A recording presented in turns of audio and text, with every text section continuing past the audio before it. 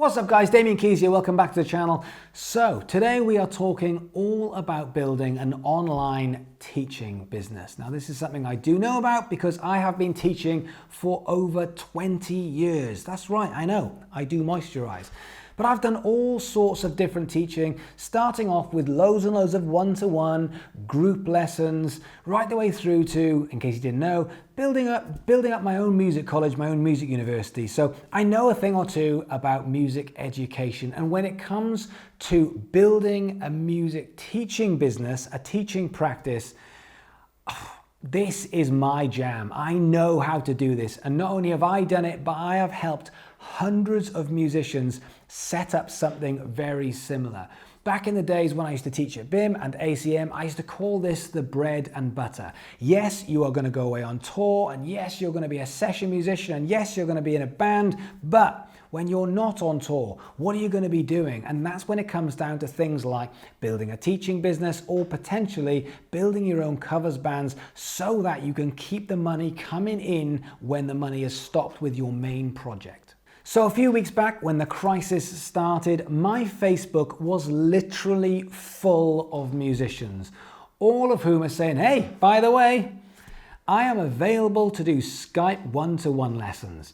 Again and again, guitar, bass, drums, vocals, music production, just musician after musician after musician. And then musicians started to come to me saying, I'm not getting many students for my online teaching thing. What am I doing wrong? Or what do I need to do? And because of the amount of people at the moment who don't have gigs, the amount of musicians who are out of work waiting for this to start again, I just thought now is the perfect time for me to do a basic video on how you need to set up your online teaching business.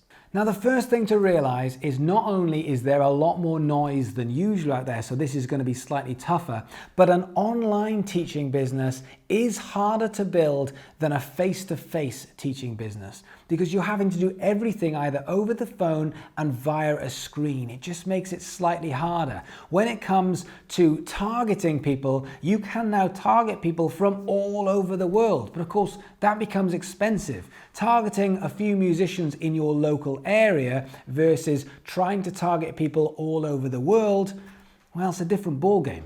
So let's go through my 5 biggest tips when it comes to setting up an online teaching business. Number 1, why are you setting this up? I want you to answer that question. And is it because all of your work has dried up and you need money fast? Because if that's it, you need to adjust your mindset. Otherwise, I promise you, this will not work. You are now fighting in a sea of people trying to do the same thing.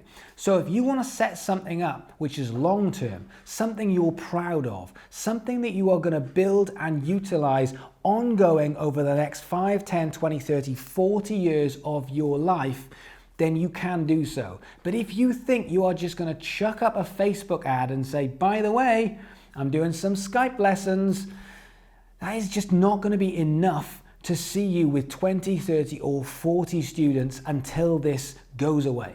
Now, as a musician, imagine if someone said to you, God, I tell you what, the plumbing business has gone a bit down the pan, but I bought myself a guitar. I think I'm going to go make some money as a guitarist.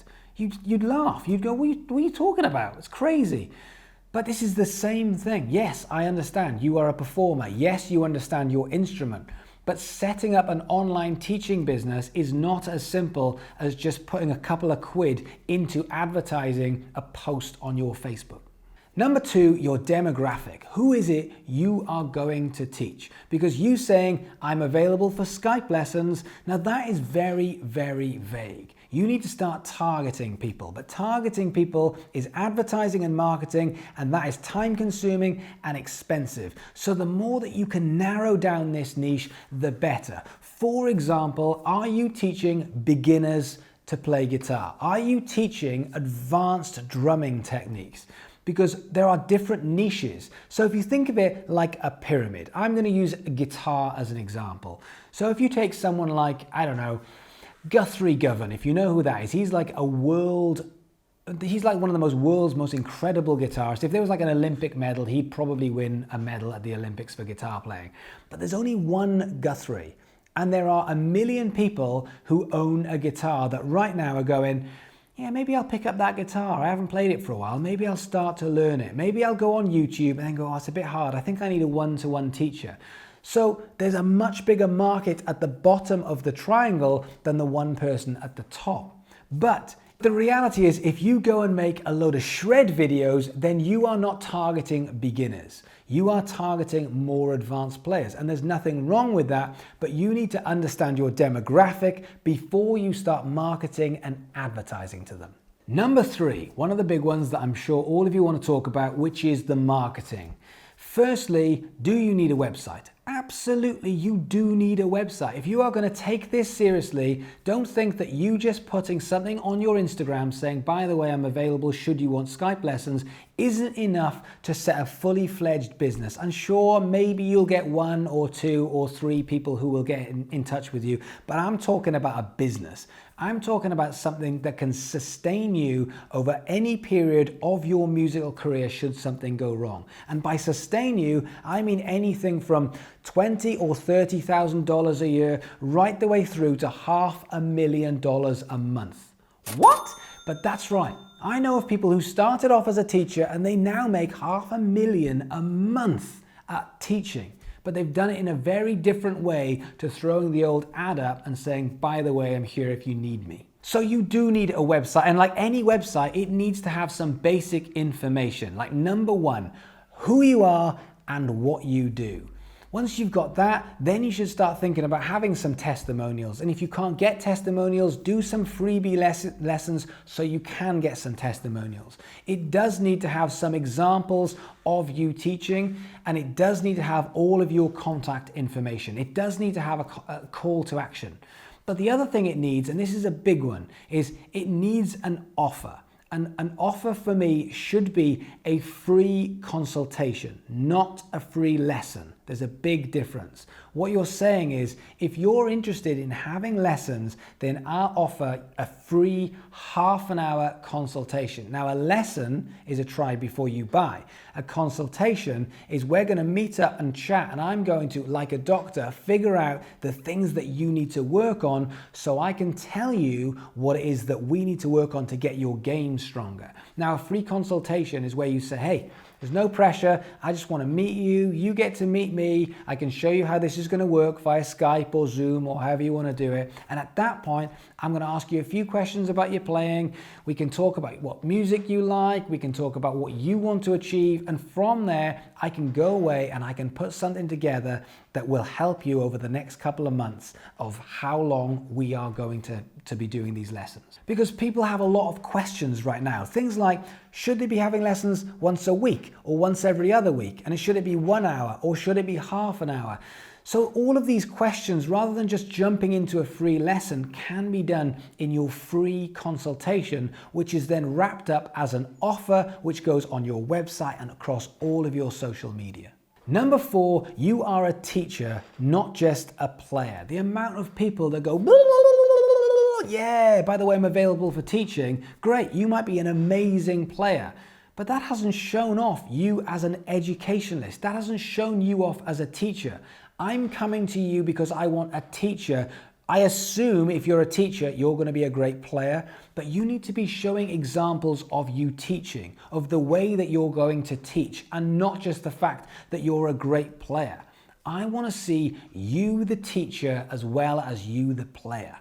So in your bio right now, it should have guitar teacher or drum teacher or singing teacher, so it defines who you are. And then under that, it should have a link to some of your socials, and when you click it, it should actually have examples of you teaching. Right now, I would suggest you having at least 50, if not 100 examples of you teaching something, whether it's a technique, whether it's a song, whether it's a warm-up exercise, but you are demonstrating that you are the teacher. And this goes back to point number 1. This is the reason why you need to shift your mindset into, I'm going to build something that is going to see me through for the next 10 to 40 years of my life. Something that's going to go alongside me, the performer. Something that's going to go alongside me on tour. Because if this is an online business, when all goes back to normal, successful, you can carry on doing this and making more money and building your own business. And number 5 is how you advertise. Now, what I wouldn't suggest you do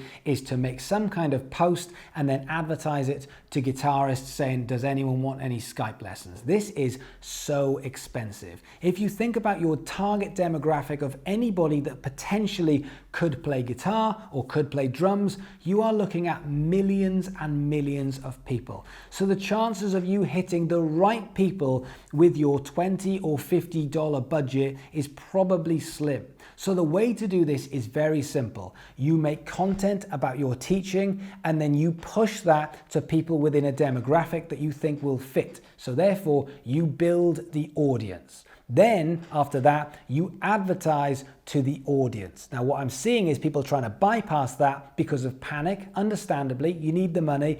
I'm available for Skype lessons. Throw that out to many, many, many guitarists and see what happens.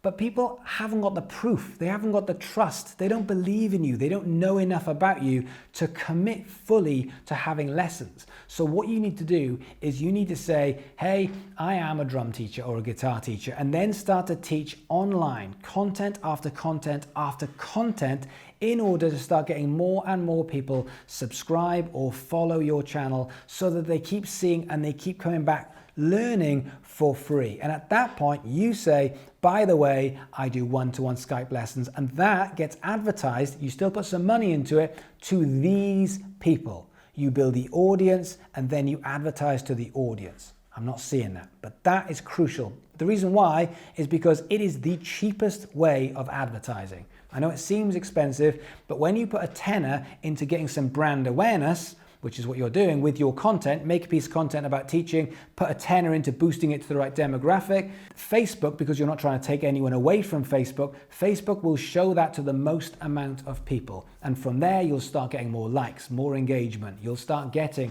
more people following your Instagram page or subscribing to your YouTube channel. And from there, you've built your audience, and retargeting in advertising to your audience then becomes a lot easier and a lot cheaper. So if you're looking at building your own online teaching business whilst you are in isolation, that should give you some stuff to get started on. But if you're looking for more information, then I did actually make a course which is well over 2 hours, which breaks down that amongst a bunch of other tips on how to do everything from the marketing, the advertising, the website, what you should teach, how you to talk to people, everything else that goes along. So there's a link in the description below to that course if you want to check that out. But all of my courses are available on my online community, which is a more cost-efficient way of doing things. But guys, thank you so much for watching. I hope that helps. I hope you are staying safe and well and isolated as much as you possibly can. We will get through this together. If you need anything from me, you know where I will be in the comments below. But thanks for watching. If you can do me a favor, like, subscribe. More importantly, come and be a part of this community, because we're doing this every day and I'm so super proud of what we're building.